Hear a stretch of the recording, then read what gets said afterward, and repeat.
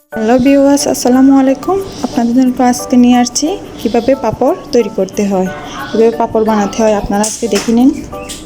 আপনাদেরকে সহজভাবে রেসিপিটা বলতেছি, দেখুন।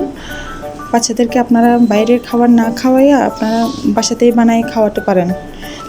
দেখুন আমার পাঁপড়গুলো কেমন সুন্দর হয়েছে আর কেমন মচমচে নরম হয়েছে, আপনারাই দেখতে পাচ্ছেন। দেখে নিন কি সুন্দর হয়েছে। তো চলুন আপনাদেরকে দেখিয়ে দিই কীভাবে পাঁপড় বানাতে হয়। পাঁপড় বানানোর জন্য প্রথমে লাগবে 1 কাপ পরিমাণে চাউলের গুঁড়ো, সাথে দিয়ে দেবেন 1 চামচ কালো জিরে আর স্বাদ মতো লবণ দিয়ে দেবেন। লবণ দেওয়ার পর যে কাপটা দিয়ে পরিমাণ করে চাউলের গুঁড়ো দিয়েছেন ওই কাপটা পরিমাণ করেই কিন্তু আপনাকে পানি দিতে হবে। ওই কাপটা পরিমাণ করে আপনি 1 কাপ গুঁড়োর সাথে 9 কাপ পানি দিতে হবে, নাহলে আপনার গুঁড়োগুলো একদম মোটা হয়ে যাবে। আপনারাই দেখে নিন কতটুকু পানি লাগে। আমি কিন্তু 9 কাপ পানি দিয়েছি। এরপর দেখুন একটু নেড়ে ছেড়ে উপরে যে গোটা গোটা আছে ওগুলোকে একটু মিশ্রণ করে তারপর আপনি চুলায় বসিয়ে নেবেন।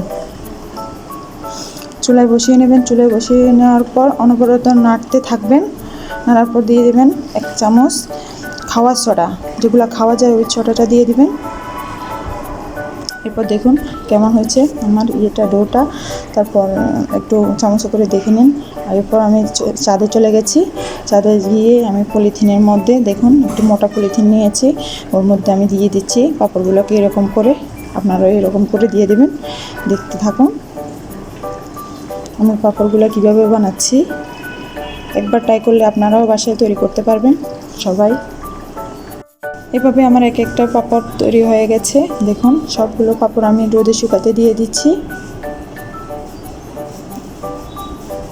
আমার পাঁপড়গুলো বানানো শেষ, রোদে শুকাতে দিয়ে দিয়েছি। আপনারা দেখে নিন অনেক সুন্দর হয়েছে। এরকম পাতলা করে দিবেন, বেশি মোটা হলে আবার হবে না। তারপর রোদে শুকিয়ে নেবে। দেখুন একদিনই শুকিয়ে গেছে, যে রোদ পড়তেছে একদিনই শুকিয়ে গেছে আমার পাঁপড়গুলো। যে আপনারা দেখে নিন আর কত পাতলা, আয়নার মতো। দেখে নিন আপনারা, উপর দিয়ে হাত দেখা যাচ্ছে। আস্তে আস্তে আলতোভাবে আপনারা তুলে নেবেন এগুলো, চারপাশ ঘুরিয়ে তারপর আস্তে করে নরম হাতে নিয়ে নেবেন। দেখবেন সুন্দর উঠে যাচ্ছে। আপনারাই দেখুন কত সুন্দর হয়েছে। এরপর দেখিয়ে দিচ্ছি পাঁপড়গুলো আপনারা কীভাবে ভাজবেন। এরপর আমার পাঁপড় উঠানো শেষ হয়ে গেছে। পাঁপড় উঠানো শেষ পরে আপনাদেরকে পাঁপড়গুলো কীভাবে ভেজে নেবেন আপনাদেরকে দেখাচ্ছি। দেখে নিন যে আমি চুলায় তেল দিয়ে দিচ্ছি, তেলটা গরম হয়ে গেছে। এরপর আমি একটা পাঁপড় দিয়ে দিলাম। পাঁপড়টা দেওয়ার পর দেখুন কি হয়েছে, অনেক মচমচে হয়ে গেছে। দেখুন সাথে সাথেই হয়ে যাবে, কিন্তু 2-3 সেকেন্ডের মধ্যেই পাঁপড়গুলো হয়ে যায়। খুব সহজেই রেসিপিটা আপনারা দেখে নিন। অনেক নরম হয়েছে, অনেক মচমচা হয়েছে, একদম পাতলা, খেতে অনেক মজা।